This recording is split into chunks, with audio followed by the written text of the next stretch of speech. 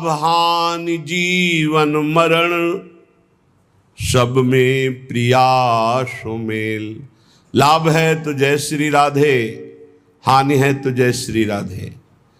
जीवन है तो राधा राधा, मरण है तो राधा। अब प्रियाजू से बिलग हमारा जीवन नहीं है। जब हम पूर्ण रूप से अपने इष्ट देव के आश्रित होते हैं तो हमसे कोई गलती हो ही नहीं सकती। ये विश्वास करो, जब तक अहंकार रहता है तभी तक गलती होती है, और जब एक गलती होती तो उस गलती को छुपाने के लिए शास्त्रों गलतियां करनी पड़ती हैं, और जब शास्त्रों गलतियां होती तो हृदय अंधकार में हो जाता है, क्या करना चाहिए क्या नहीं करना चाहिए। इसलिए सबसे प्रार्थना है, पहली गलती ही छुपाने की कोशिश न की जाए। उस गलती का दंड मिल जाएगा तो हम निष्पाप होकर भगवत मार्ग में चल देंगे।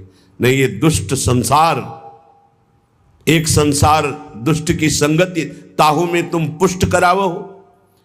इस दुष्ट संसार के संसर्ग से गलती होती है, और गलती को छुपाने के लिए 100 गलतियां की जाती है, और फिर वो 100 गलती पूरे हृदय को इतना मलिन कर देती है कि भगवत प्राप्ति, भगवत मार्ग, ये सब छूट जाता है। और जब हम भगवद आश्रित होते हैं, कैसे भगवद आश्रित होते हैं? हृदय स्वामिनी सो लगो रहे और बाहर खेले खेल। जब हृदय प्रियालाल से लगा हुआ है तो बाहर असत खेल हो ही नहीं सकता है, क्योंकि वो होता है कामना से, अहंकार से कामना होती है, और कामना से फिर नाना प्रकार के प्रापंचिक क्रियाएं होती है। पहले अहम होता है, मैं पुरुष मैं स्त्री, मैं विद्वान मैं अमुक, मैं धनवान मैं अमुक। फिर उसके बाद संकल्प बनता है उसी अहम से, मैं ये करूँगा, मैं देखूँगा, मैं भोगूंगा।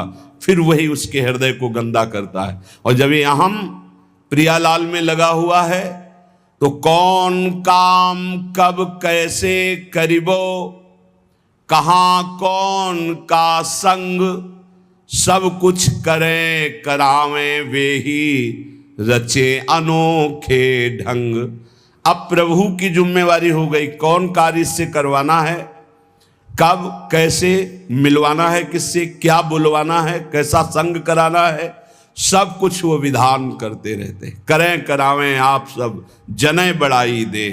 जब अहम समर्पित हो जाता है, कठपुतली उनके कर की हो, निज मोहि नचावे, खेल खिलावे जो कुछ तिनु, मेरे प्रिय के मन आवे।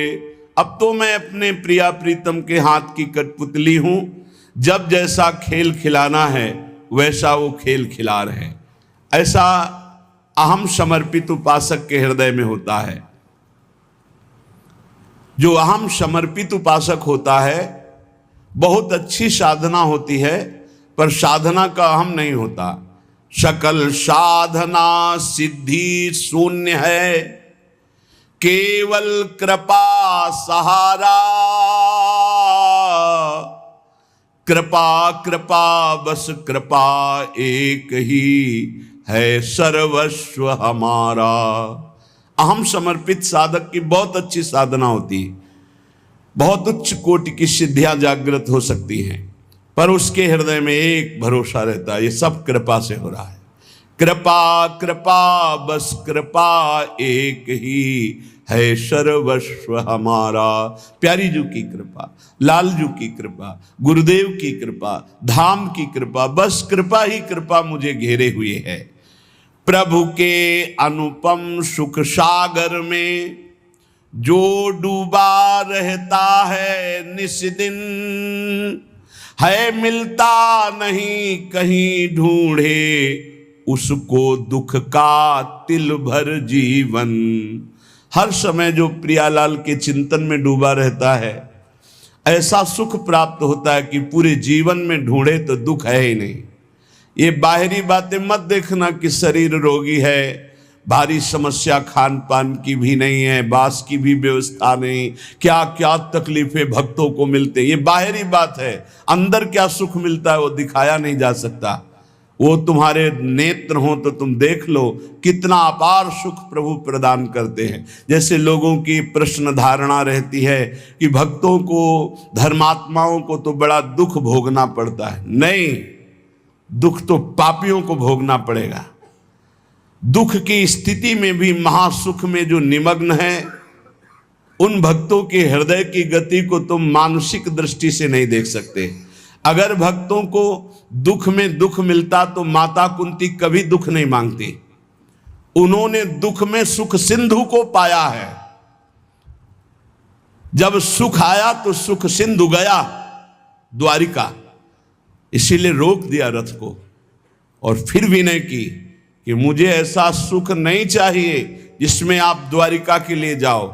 हे सुख सिंधु, मुझे पग पग पर दुख मिले, क्योंकि जब जब दुख मिला तब तक सुख सिंधु हमारी तरफ आते दिखाई दिया।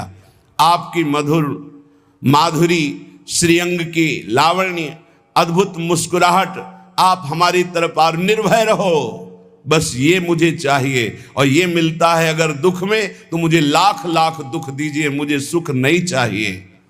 कौन जानता है, सब बहिर्मुख बाहरी वृत्ति रखने वाले भक्तों को बड़ा दुख होता है, फिर सुख किसको होता है। देखो कह रहे प्रभु के अनुपम सुख सागर में जो डूबा रहता है निस दिन, है मिलता नहीं कहीं ढूंढे उसको दुख का तिल भर जीवन।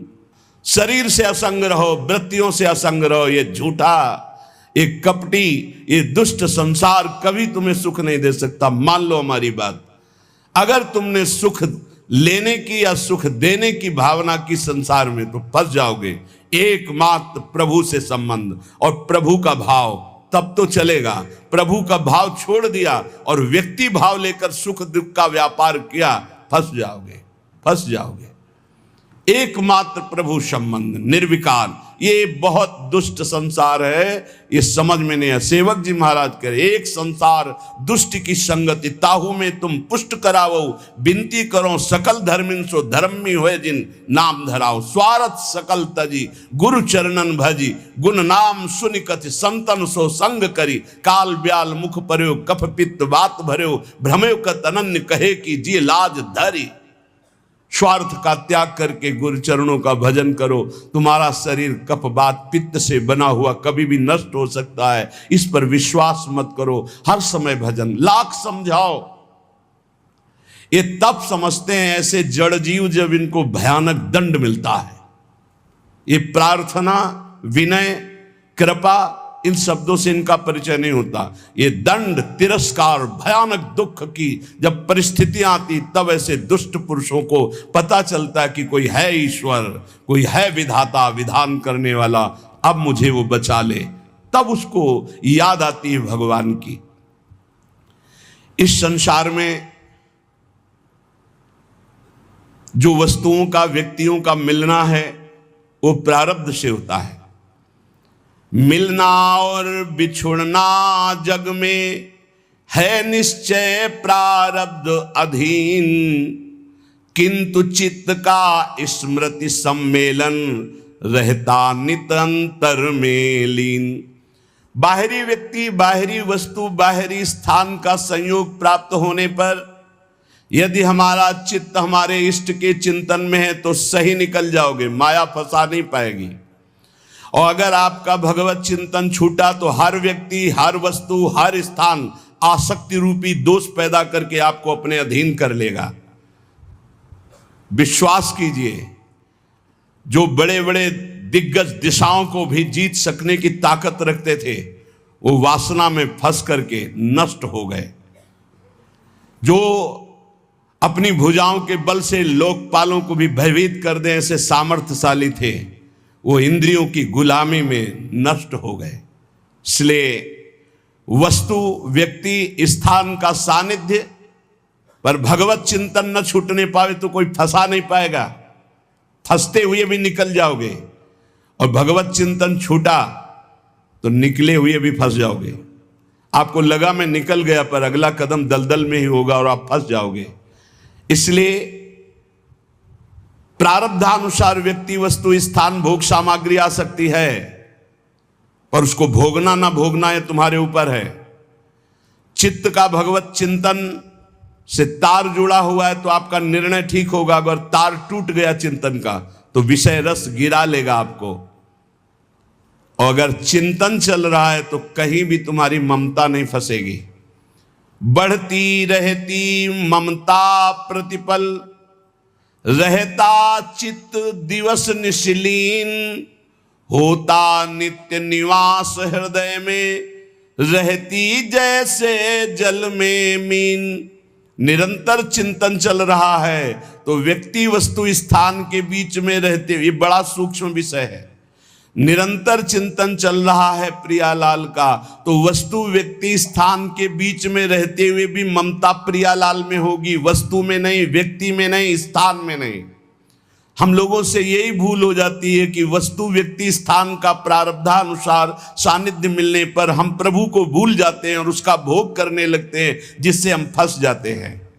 फिर हम प्रभु की मुस्कुराहट नहीं, फिर हम संसार की मुस्कुराहट देखना चाहते हैं। ये खुश रहे, ये प्रसन्न रहे। कभी दुष्ट प्रसन्न नहीं हो सकता, दुष्ट हृदय कभी प्रसन्न नहीं हो सकता। है ध्यान रखना।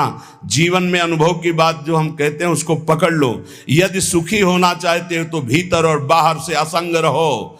किसी को भी दुलार मत करो, ना अपनी इंद्रियों को, ना बाहर किसी को। अगर किसी को दुलार किया तो फंस जाओगे, और फंस जाओगे तो छुटाने वाला गोविंद है, वो छुटाएगा। पहले एक बार तुम्हें मुंह खानी पड़ेगी, क्योंकि तुमने गोविंद की नहीं मानी, तुमने गुरु की नहीं मानी, इसलिए एक बार तुम्हें घुटने टेकना पड़ेगा माया के आगे। अब हो गए जब राधा के, तब शोक भय कुछ भी नहीं, सब तरफ धारा प्रबल आनंद की है बह रही। असंग होकर जब हम राधा किशोरी के हो गए तो आप देखेंगे रात दिन आनंद की धारा बह रही है। इसलिए उत्तमा भक्ति का लक्षण है किसी भी तरह की कोई अन्य अभिलाषा हमारे हृदय में जागृत ना होने पावे। ये सबसे ज्यादा भक्ति में बाधा पहुंचाती, भक्ति में, ज्ञान में, किसी भी योग में। गीता जी में भगवान ने कहा है, ज्ञानियों का नित्य बैरी है काम, कभी ना घाने वाला महापापात्मा, इसको मार डालो अर्जुन।